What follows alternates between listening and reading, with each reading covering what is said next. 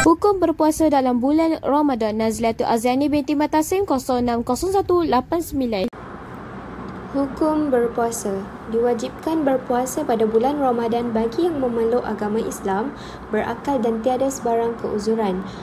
Puasa Ramadan adalah salah satu rukun Islam dan perkara fardu dalam agama yang wajib diketahui. Sesiapa yang tidak berpuasa akan menjadi kafir dan haruslah bertaubat. Saya Rajihan binti Hairul Anwar, nombor matrik 059677. Baiklah, hari ini saya akan menerangkan tentang berpuasa dapat menyedarkan hati orang yang beriman. Tujuan berpuasa. Dari persoalan mengapa di bulan Ramadan ramai dari manusia ada yang berat untuk melakukan puasa. Baiklah, antara tujuan puasa dalam menyedarkan hati orang yang beriman adalah yang pertama, peluang menuju takwa. Kedua, membersihkan nafsu amarah yang sentiasa bersarang dalam hati. Yang terakhir sekali adalah syurga. Baiklah, pertama peluang menuju takwa. Definisi takwa daripada Sayyidina Ali radhiyallahu anhu berkata, takwa ialah takut kepada Tuhan yang mulia, beramal dengan kitab yang diturunkan, redha dengan sedikit dan bersiap sedia untuk hari kesudahan. Seterusnya, membersihkan nafsu amarah yang sentiasa bersarang dalam hati. Baiklah, kita mestilah menguatkan diri dan menahan diri daripada terjerumus dalam lubuk dosa.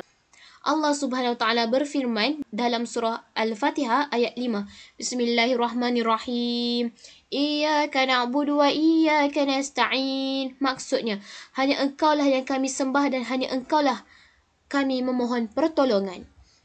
Akhir sekali adalah syurga. Orang yang beriman dan sentiasa mentaati perintah Allah Subhanahu Wa Taala seperti berpuasa khususnya akan mendapat ganjaran merebut peluang ke syurga yang penuh dengan kenikmatan yang sangat berbeza di dunia ini. Daripada Abu Hurairah radhiyallahu anhu bahawa Nabi SAW bersabda, sesiapa yang berpuasa Ramadan kerana iman dan ketaatan kepada Allah Subhanahu Wa Taala serta mengharapkan keredoannya akan diampunkan dosanya yang telah lepas. Saya Siti Aisyah binti Hamzah, nombor matrik 060340.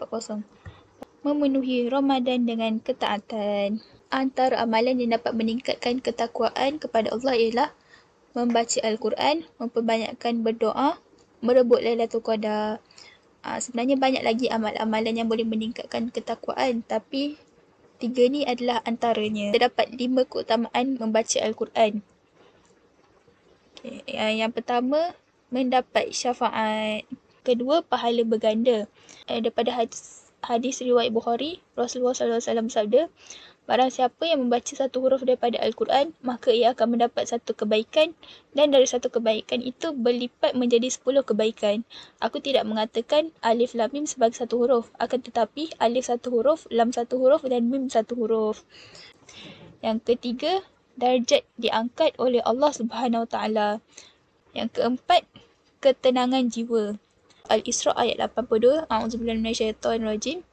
Nazilu minal Qur'ani ma huwa shifaa'un wa rahmatul lil mu'minina wa la yazidul zalimina illa khasara. Maksudnya, dan kami turunkan dari Al-Quran suatu yang menjadi penawar dan rahmat bagi orang-orang yang beriman. Dan Al-Quran itu tidaklah menambah kepada orang-orang yang zalim selain kerugian.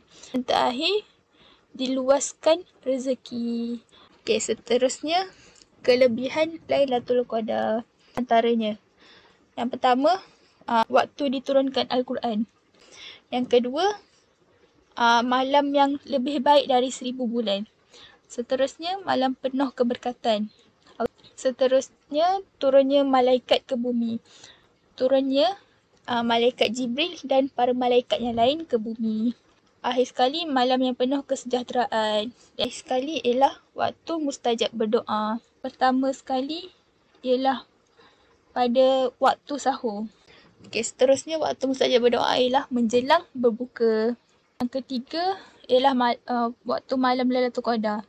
Seterusnya sepanjang berpuasa. Sekali ialah sepertiga malam. Salah satu bentuk rasa syukur adalah dengan memberikan ucapan selamat Ramadan bagi sesama umat Islam dan saling mendoakan kebaikan satu sama lain. Nama Nur Fatih Alia binti Muhammad Nasir, nombor matrik 060010. Faedah berpuasa dari segi syukur. Secara asasnya, konsep syukur di dalam Al-Quran membincangkan 4, iaitu pertama, sebab yang menjadikan manusia mesti bersyukur. Kedua, cara bersyukur kepada Allah SWT.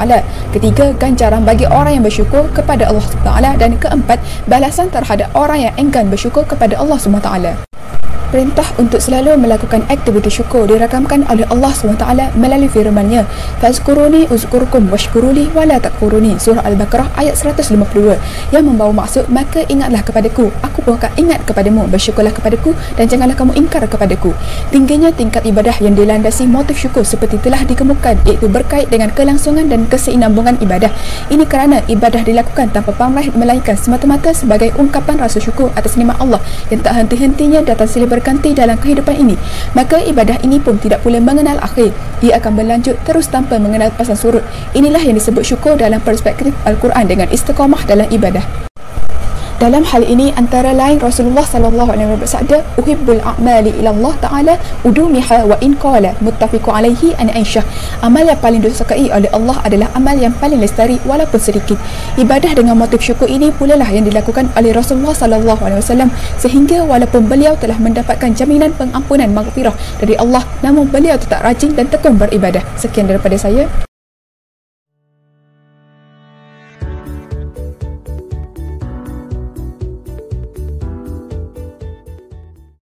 Salah satu faedah berpuasa di bulan Ramadan iaitu adanya malam Lailatul Qadar. Malam Lailatul Qadar adalah malam kemuncak bagi umat Islam yang melaksanakan ibadat puasa bulan Ramadan kerana memperoleh ganjaran pahala yang amat besar di sisi Allah SWT. Malam Lailatul Qadar merupakan malam yang ditunggu-tunggu oleh orang yang beriman kerana mengandungi banyak keberkatan dan ganjarannya adalah lebih baik daripada 1000 bulan. Bahkan ianya lebih baik dari umur hidup manusia di dunia ini. Berdasarkan firman Allah SWT dalam surah Al-Qad, "Sesungguhnya kami telah menurunkan Al-Quran pada malam Al-Qadar, dan adakah engkau mengetahui akan kebesaran malam Al-Qadar itu? Malam Al-Qadar itu lebih baik daripada 1000 bulan." Antara amalan yang boleh dilakukan pada malam Lailatul Qadar antaranya adalah solat sunat, membaca Al-Quran dan berzikir kepada Allah.